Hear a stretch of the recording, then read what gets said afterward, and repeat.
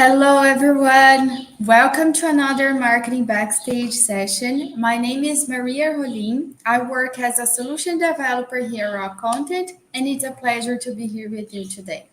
Today, we're going to talk about how transforming static content into interactive experiences and how it can help you boost your content marketing strategy. But before we start today's episode, let me spend 1 minute to remind you about our Marketing Backstage. This is a series of webinars from Raw Content where we bring our marketing experts from different teams to share our experiences, show how we run our daily job, present some best practices and tools that we use in our daily basis to achieve our goals. And this is a good opportunity for you to get some insights and inspire yourself to better execute your daily activities. But with that said, no further ado, let's get started.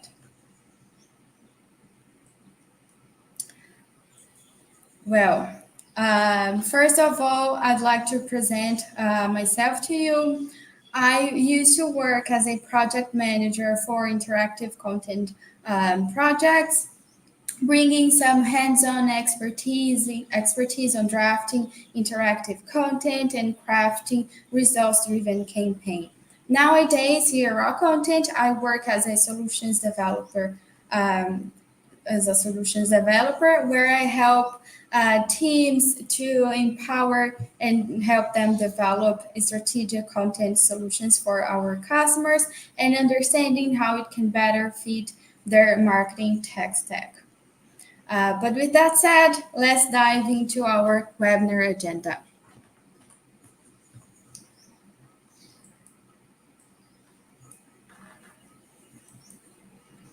So the idea for today's session is to do a quick recap of our last session about content marketing strategy, show how you can get started on transforming your existing content into interactive experiences, how that can even be repurposed for the entire buyer journey. I'm going to show you a few examples in action and also show you how you can leap into interactive content.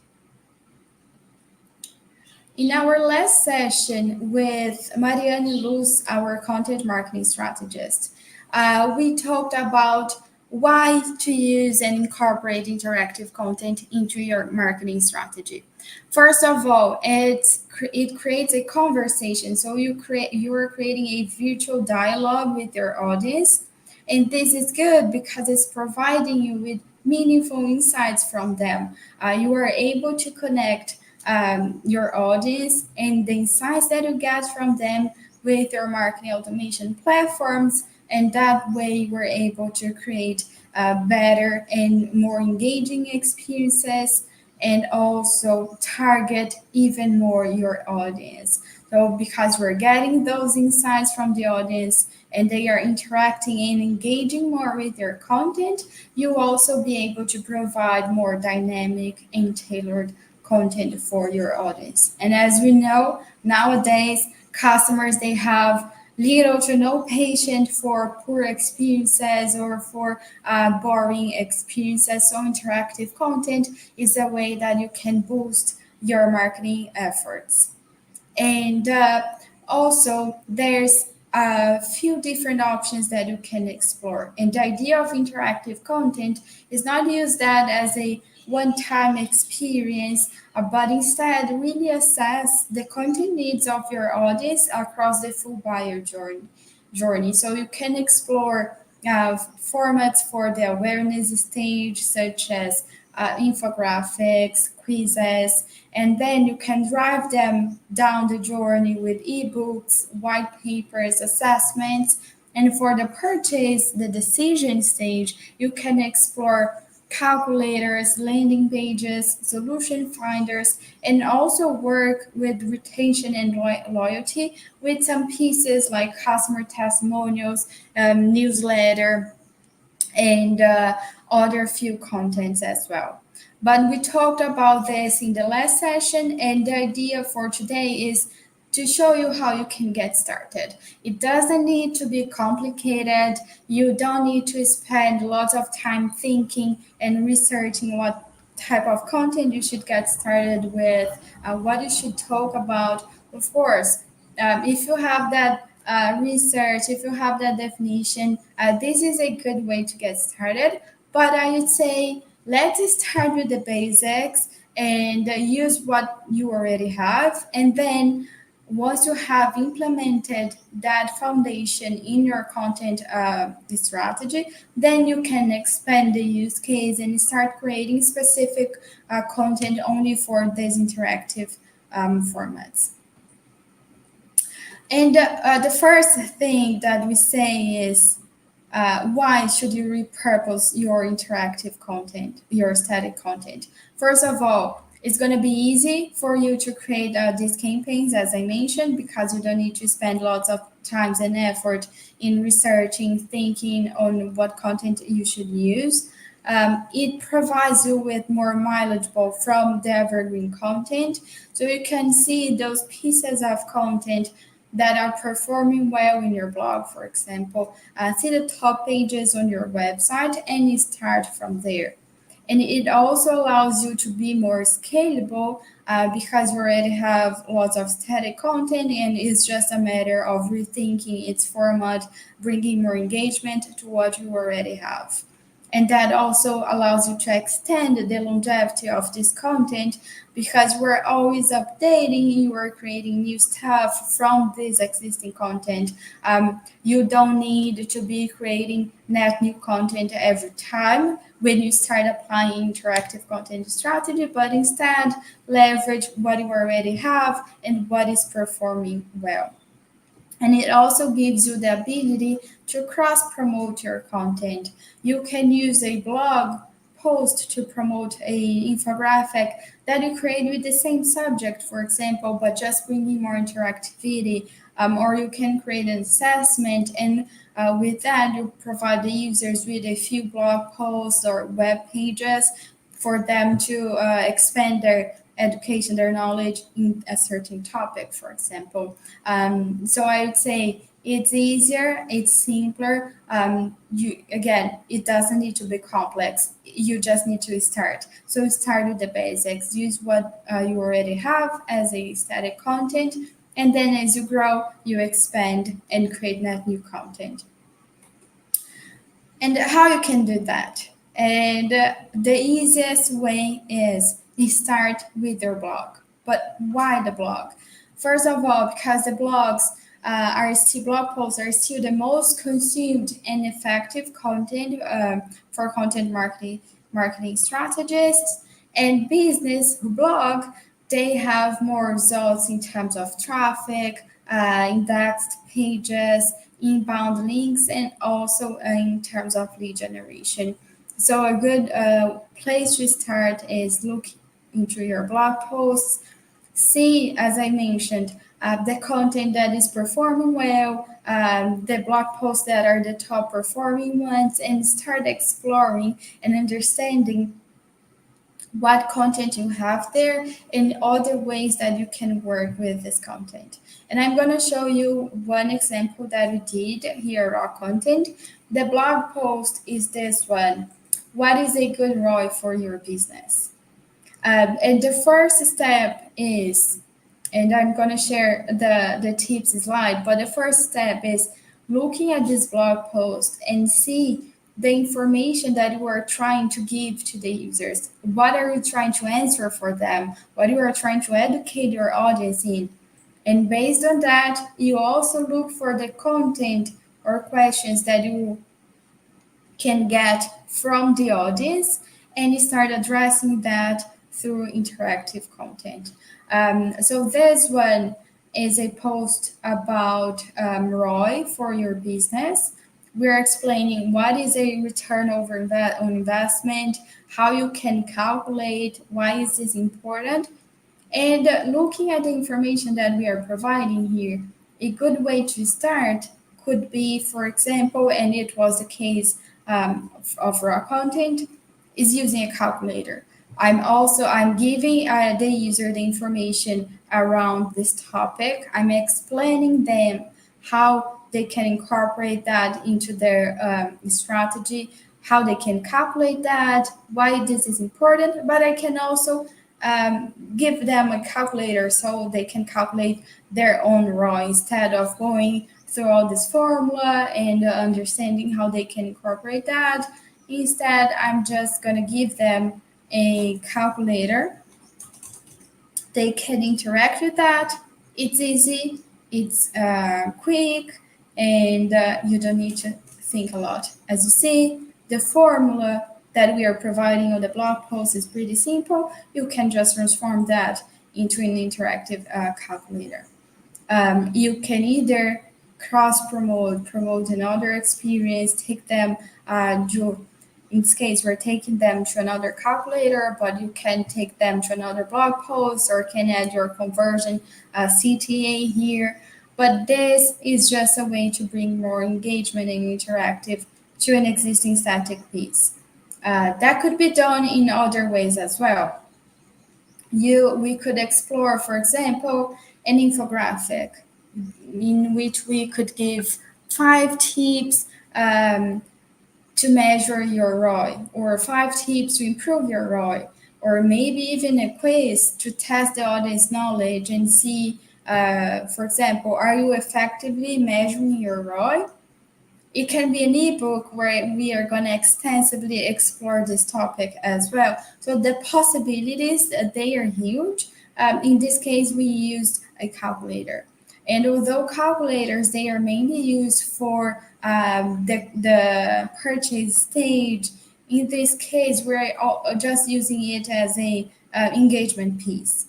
And as you saw, we are not using a full page interactive experiences. We are using a micro content. That's another tip as well to get started is using micro experiences across blog posts.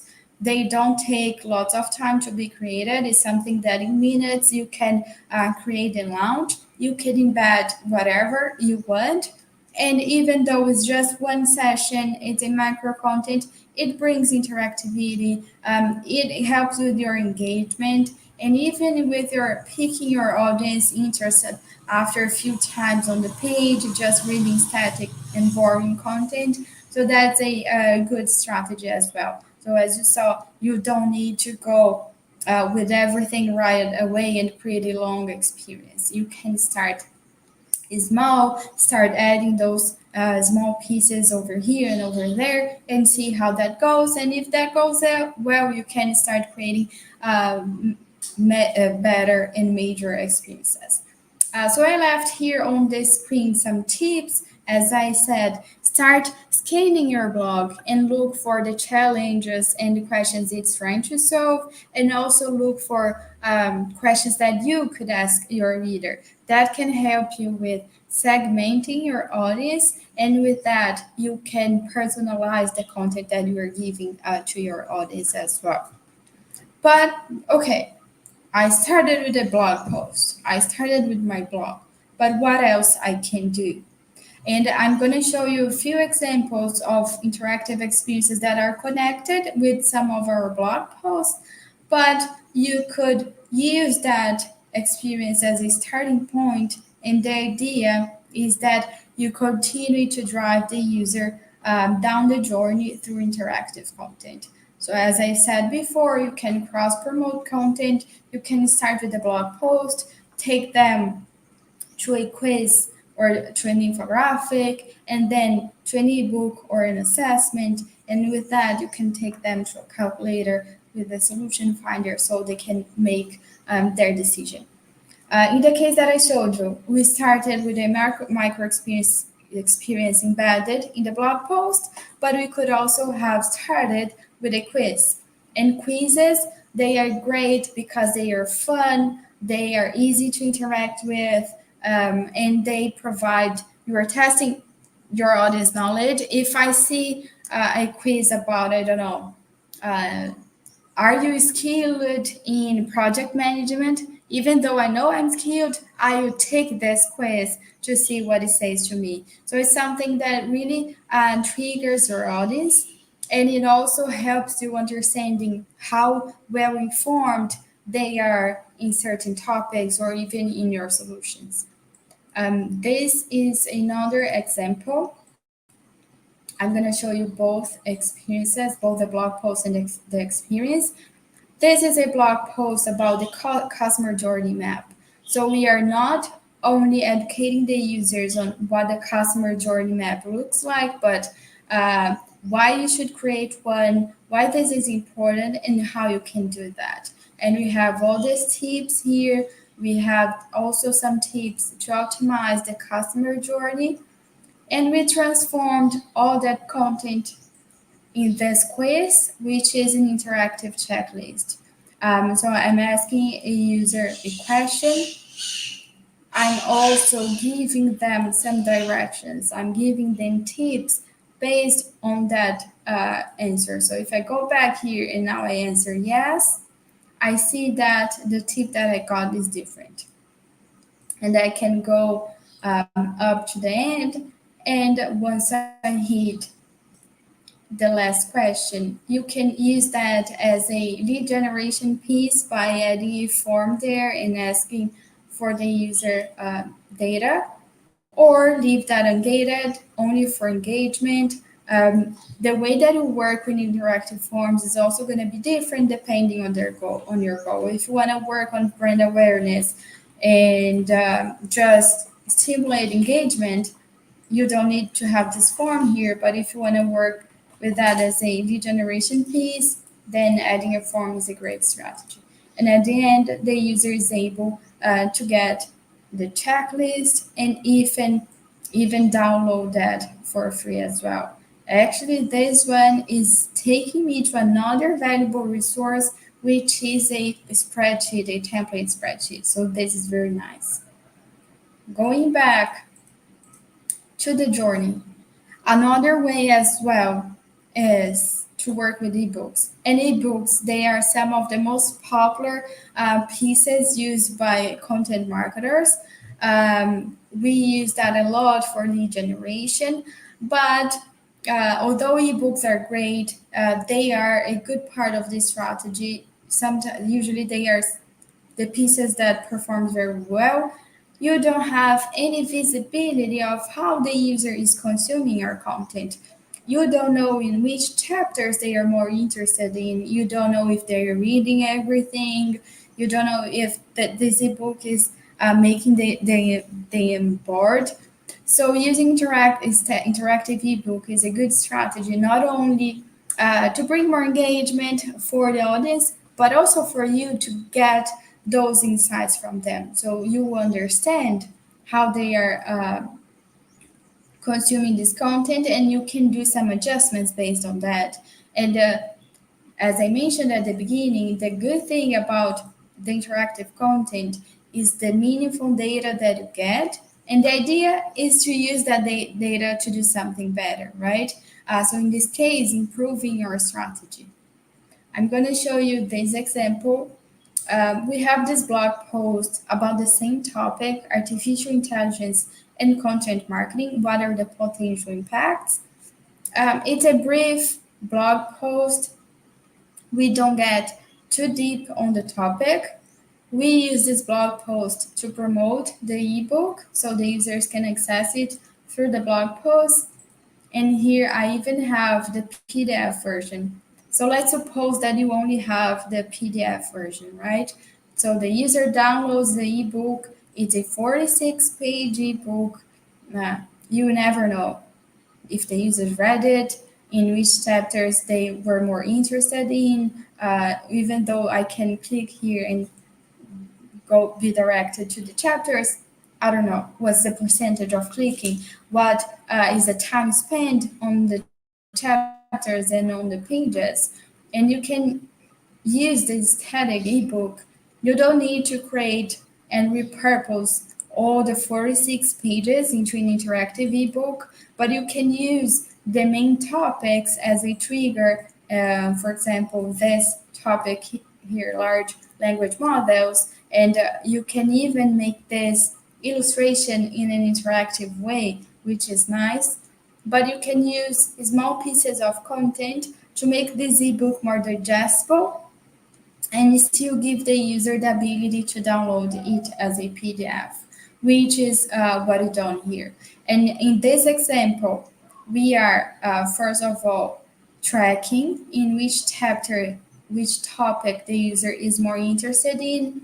We are providing some quizzes throughout the experiences. So we are also understanding a bit more about your audience. In this case, we're asking if they use AI tools in their market activities. We have the benchmark results. So we see how many use that, how many don't, and it's something easy to navigate. Other quiz here for the user is nice. They are just interacting with that, and for you is even nicer because we're getting meaningful data. And we have this a nice image here. And in each chapter, you can add a different type of interactivity.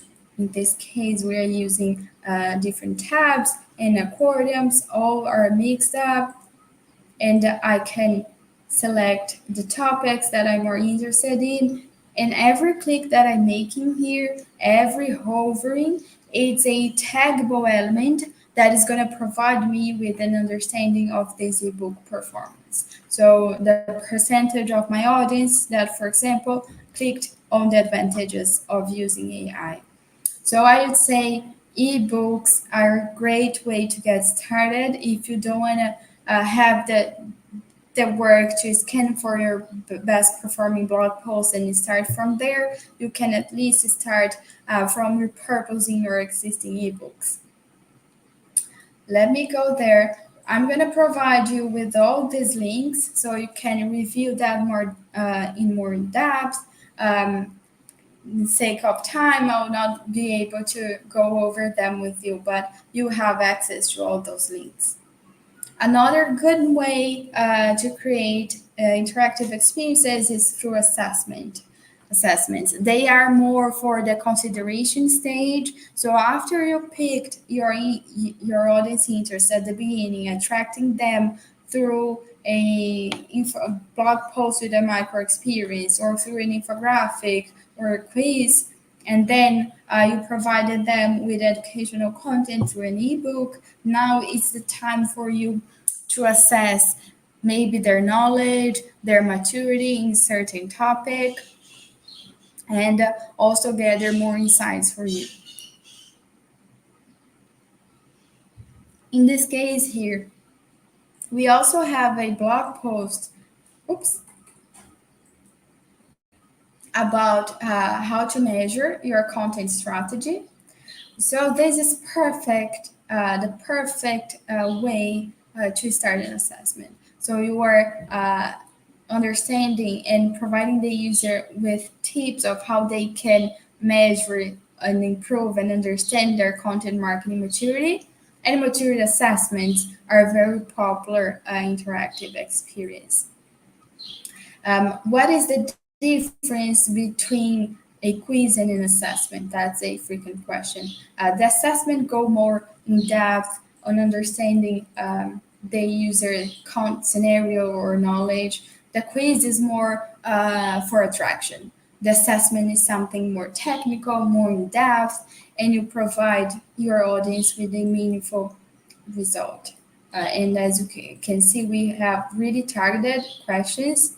And the good thing about assessment is that you can even understand where users are dropping more. So, for example, if you see on your analytics dashboard that users are dropping more on question 7, maybe they don't have lots of knowledge around the topic of question 7, or maybe the way that you wrote this question is a bit challenging for them to understand, and based on that, you can either remove the question or rephrase it. Think on ways that is going to help you making this piece successfully. And I can go through the assessment. This is a lead generation piece, but again, making that piece for lead generation or not is your choice. You can work with ungated assessments as well. Another great way to use these interactive pieces for lead generation is work with partially gated content. So you could, before the form, provide the overall result, like beginner, and trigger the audience to see the full results by filling out the form. So I have all this assessment being made here, my recommendations, and also, as you see, I don't stop on my journey. I always have one additional content to help me understanding better or improving something.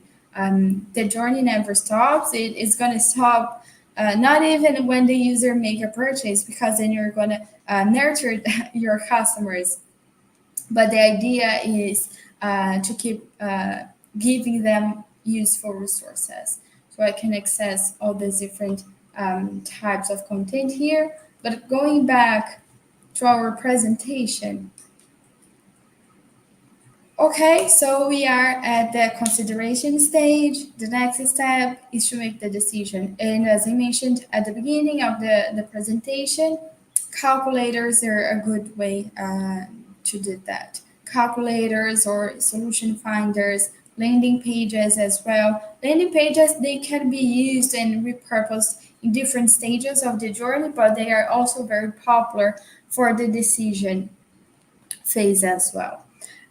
This is a longer calculator based on the first blog post that I showed you, the blog post around the ROI of your marketing campaigns.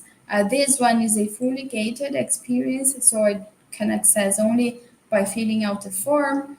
And as you see, it's kind of an assessment mixed with a calculator. I also have some qualitative questions, not only these numeric questions. Um,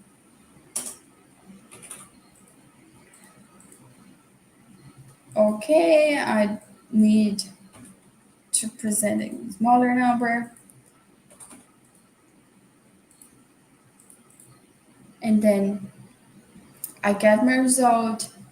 I'm also having this final conversion CTA here, although we are gathering the lead information.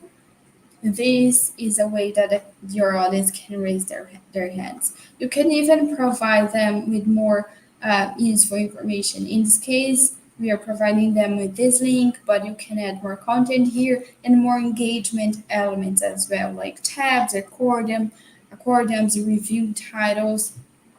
But that's another way to repurpose your existing content as well. Going back here, another one very cool experience that we use here is an interactive newsletter. You can use that as a nurturing, as a retention strategy, but also to attract users as well. We share this a lot on our social media, so they are a very popular type of content. It's really nice to interact with. We have different ways to navigate, and again, as I'm clicking here, I'm interacting and I'm choosing the topic that I want to read. I'm providing you with this valuable information around myself. And based on that, you can personalize and tailor your content for me. I have the option to read the full story that is going to take me to a blog post. That's another example of cross promoting content.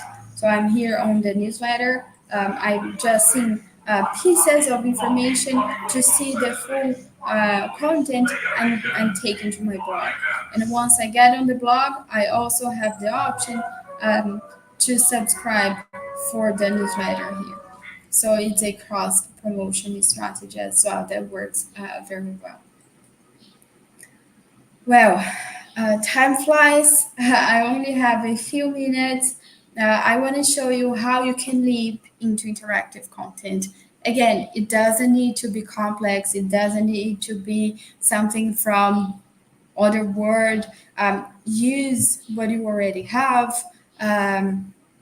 Explore different tools that can help you expedite this creation process. And one of these tools is Ion, is what you use here at raw content. So you don't need to heavily rely on the technical team or maybe having developers on the team. The idea of this tool is to streamline the creation process. So similar to other creative tools, it works as a drag and drop. So you just need to drag the elements that you want to add. It can be layout elements, text and imagery elements, video elements, and interactive elements like light boxes, review tiles, tabs, accordance, forms. All these elements that we see in interactive experiences, you can play around with that, drag, drop, whatever you want, and create your piece. The idea is really to make it easier for you. And the good thing about it, it's because it provides you with templates, over 70 templates, fully customizable, but they also save your time because they already have all the structure in place, all the elements and interactivity in places, and you have access to all these different formats. Each format is going to address a need for content from your audience, from awareness to retention. So some of the ones I showed you, like the calculators and the ebooks, but you can also explore other formats like microsites, content hubs, lookbook, tours, infographics. So there's a good variety of content, and not only that, but also it gives you the ability to assess different needs, such as creating the full demand generation, but also creating sales enablement pieces like presentations, maybe toolkits, expanding your brand awareness efforts, and of course, bringing more engagement to your pieces. And with that, you are also capturing first party data. Not only the basic data like conversions, bounce rate, and time spent on page, but you can get granular and understand drop off, understanding which elements users are clicking more. And with all of that information, the idea is that you use that to create more personalized content for the audience, but also to improve the strategy. So, for example, if you have a infographic and the final CTA, the conversion point is down on the page, and you see that people are not clicking there, you can run A/B testing and send a portion of your audience to version A, portion of your audience to version B, and a portion of your audience to version C. And in each version, you have the CTA placed on another part of the experience and see what is performing better. And with that, you are narrowing down your strategy as well. And also, it allows you to easily publish your experiences. Again, you don't need to depend on your technical team. You can do everything by yourself. You can add a custom URL that is going to have a subdomain based on your main site domain, or you can use that to embed it in your blog post or on a certain page of the site. And yes, that's Ian. I would be really happy to show that more in depth, but recapping a bit what we discussed today, we talked about the importance of interactive content in your content marketing strategy. We also showed you how you could get started with that, and the easiest way to get started is by repurposing your existing content. It can be a blog post, it can be an ebook or a static infographic. And the idea is that once you get started, you start to grow, you start to see results, then you can expand the use cases and start creating new content formats as well. And the idea is, again, not to create one-time experience only and that's it. That's not going to bring you results. The idea is that you take the user across the full buyer journey through your interactive content by bringing more engagement, by gathering insights from the audience, and really being able to narrow down your strategy. And besides that, we also showed you a few examples. We showed a quiz example calculator, an interactive newsletter, an interactive assessment, and an interactive ebook.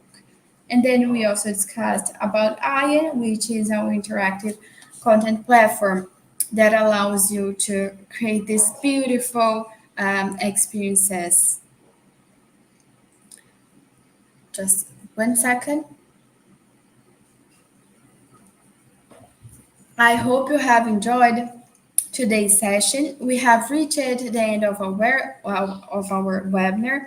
I'd like to thank you for your presence here today. It was great. I hope you liked. This webinar is being recorded and we're going to share the link with you so you can watch that at any time or share with someone that you think may be interested on that topic. We have a next session already scheduled. It's going to be in 2 weeks, and it's going to be about how to successfully work with your freelancers.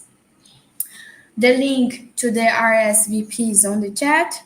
If you have any questions, please feel free to reach me out in my LinkedIn, and please stay tuned to watch our next edition of Marketing Backstage. Thank you very much, and have a great day.